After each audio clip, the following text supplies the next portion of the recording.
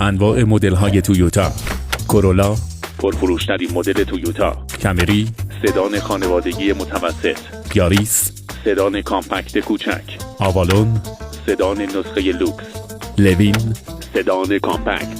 آریون، سدان لوکس خانوادگی. CHR، کراسووری با طراحی متفاوت. فورچونر، شاسی بلند سایز متوسط. FC کروز، شاسی بلند آفرودی. بنزا، کراسوور شهری.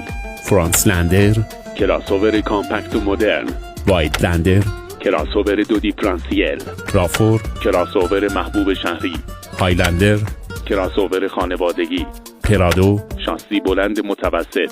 لند کروز، شاسی بلند آفرودی. سکویا، شاسی بلند فول سایز.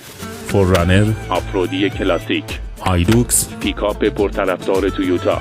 تاندرا، پیکاپ سایز بزرگ. تاکوما، پیکاپ متوسط.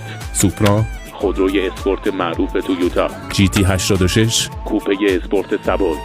پریوس، اولین هیبریدی معروف دنیا. میرای، خودروی هیدروژنی تویوتا.